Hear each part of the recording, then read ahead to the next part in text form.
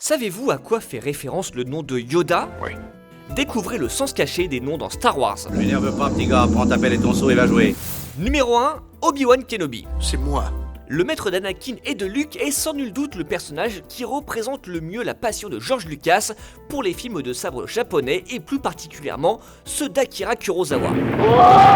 En japonais, le mot obi évoque la ceinture servant à maintenir fermé un vêtement et semblable à celle que porte d'ailleurs le personnage.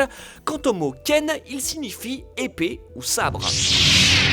George Lucas a même failli pousser la référence encore plus loin puisqu'il a proposé le rôle d'Obi-Wan à Toshiro Mifune, l'acteur fétiche d'Akira Kurosawa, qui l'a refusé au même titre que celui de Dark Vador. Votre manque de foi me consterne.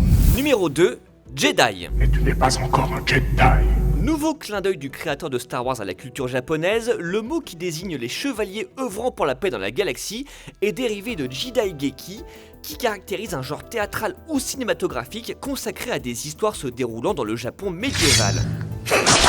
Numéro 3, Chewbacca.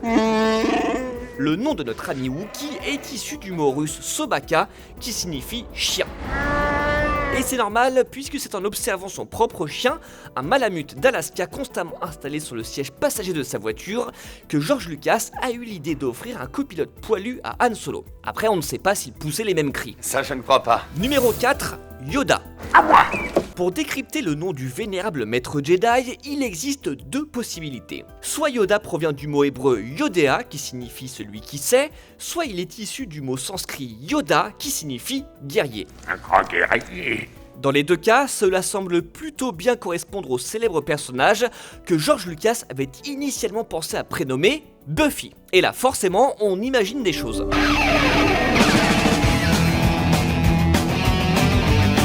Numéro 5, Han Solo. Han est la forme ancienne du prénom John par l'intermédiaire de l'hébreu Yehohanan qui signifie Dieu pardonne. Tout ça, c'est des trucs minables, c'est du flan. La traduction française de Han en Yann dans la VF de l'épisode 4 reste ainsi conforme à cette étymologie. Yann Solo. Quant à Solo, il pourrait venir du latin solus qui signifie seul.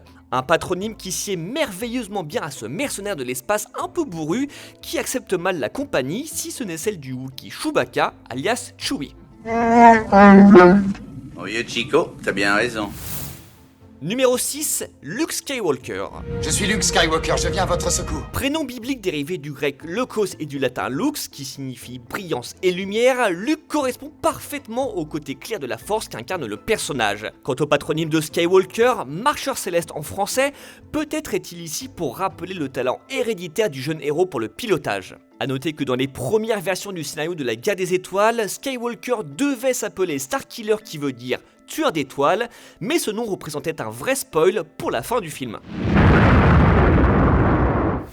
Numéro 7, Anakin. Annie? Le nom Anakin fait quant à lui allusion à un groupe de géants appelé Anakim dans l'Ancien Testament. La hauteur du personnage et son aura sombre le mettent en relation avec cette origine à plus d'un titre. Je deviendrai le Jedi le plus puissant qu'il y ait jamais eu. Numéro 8, Padmé Amidala. Je refuse de cautionner une escalade qui nous mènerait à la guerre. Son nom tire son origine d'un mantra bouddhiste qui évoque la pureté du cœur, la délicatesse et la beauté féminine.